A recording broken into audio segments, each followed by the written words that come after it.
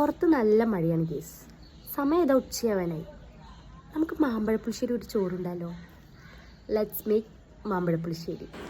നാത്തും കൊണ്ടുവന്ന് ഈ മാങ്ങ കണ്ട പാടെ എൻ്റെ മനസ്സിൽ മാമ്പഴപ്പുളിശ്ശേരി ആയിട്ട് ഓർമ്മ വന്നത്. എനിക്കാണെങ്കിൽ ഇത് ഉണ്ടാക്കാറില്ല. വീട്ടിൽ ഹരിയുടെ അമ്മ അത് നന്നായി ഉണ്ടാക്കും ചെയ്യും. പക്ഷെ ഞാനിപ്പോൾ എൻ്റെ വീട്ടിലാണ് കേട്ടോ. എന്തായാലും ഇതുവരെ കഴിച്ച മാമ്പഴപ്പുളിശ്ശേരി എല്ലാം മനസ്സിൽ ധനിച്ചുകൊണ്ട് അങ്ങ് ഉണ്ടാക്കാമെന്ന് വിചാരിച്ചു. അതിനായിട്ടൊരു പാൻ എടുത്തിട്ട് മാങ്ങയൊക്കെ തോല് കളഞ്ഞിട്ടതിന് ശേഷം ഒരു 4 പച്ചമുളക് നടു കയറി ഇട്ട് കൊടുത്തിട്ടുണ്ട്. 2 അല്ലി വേപ്പില ഇട്ട് കൊടുത്തിട്ടുണ്ട്. ഒരു 1/4 ടീസ്പൂണോളം മഞ്ഞൾപ്പൊടി, 1 ടീസ്പൂണോളം ഉപ്പ് ഇട്ടതിന് ശേഷം ഒരു 2 കപ്പ് വെള്ളം ഞാൻ അതിലേക്ക് ഒഴിച്ചിട്ടുണ്ട് കേട്ടോ. കറി നന്നായി കുറുകി കിട്ടണം എന്നുള്ള ഒരു കപ്പ് 1.5 കപ്പ് വെള്ളം ഒഴിച്ചാൽ മതി. എനിക്ക് നന്നായി കറി വേണ്ടെന്നുള്ളത് കൊണ്ടാണ് ഞാൻ 2 കപ്പോളം വെള്ളം ഒഴിച്ചത്. പിന്നെ ഞാൻ ഇതിലൊരു കഷ്ണം ശർക്കര ഇട്ടു. അത് ഞാൻ ഇടാൻ മറന്നുപോയി.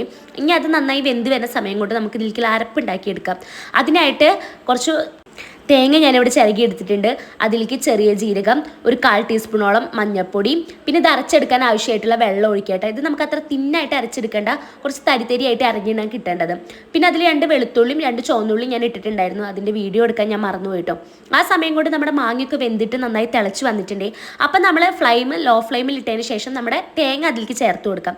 തേങ്ങ ചേർത്തിട്ട് നന്നായി ഇളക്കിയതിന് ശേഷം ഒരു ലോ ഫ്ലെയിമിൽ ഇട്ടിട്ട് ഒരു 10 മിനിറ്റോളം നമുക്കിതൊന്ന് നന്നായി വേവിച്ചെടുക്കാം. നന്നായി തിള വരുന്ന സമയത്ത് നമുക്ക് ഫ്ലെയിം ഓഫ് ചെയ്തതിന് ശേഷം വേണം നമ്മുടെ തൈര് ഇതിൽ ചേർത്ത് കൊടുക്കാം.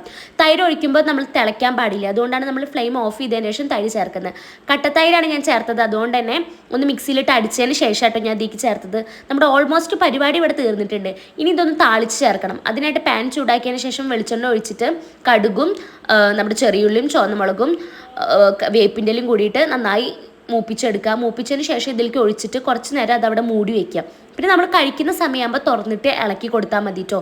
അങ്ങനെ നമ്മുടെ സംഭവമൊക്കെ ഇവിടെ റെഡി ആയിട്ടുണ്ട്. അതിൻ്റെ ഒപ്പം സൈഡായിട്ട് നല്ല മാങ്ങയും കാന്താരി ഉപ്പിലിട്ടതും മാങ്ങച്ചാറും മത്തി വറുത്തതൊക്കെ ഉണ്ടായിരുന്നു കേട്ടോ. അങ്ങനെ കഴിക്കുന്ന സമയമായിട്ടുണ്ട്. ഇതൊക്കെ ഉരുട്ടി ഫസ്റ്റ് ബൈറ്റ് എടുത്ത് എനിക്ക് ഭയങ്കരമായിട്ട് ഇഷ്ടമായി.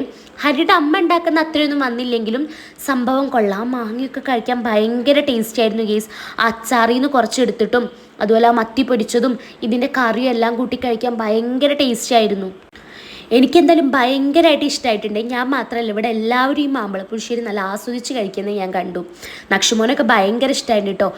അപ്പോൾ പറ്റുന്നവരൊക്കെ ഒന്ന് ട്രൈ ചെയ്ത് നോക്കുക. അപ്പോൾ അത്രയേ ഉള്ളൂ. Okay, by.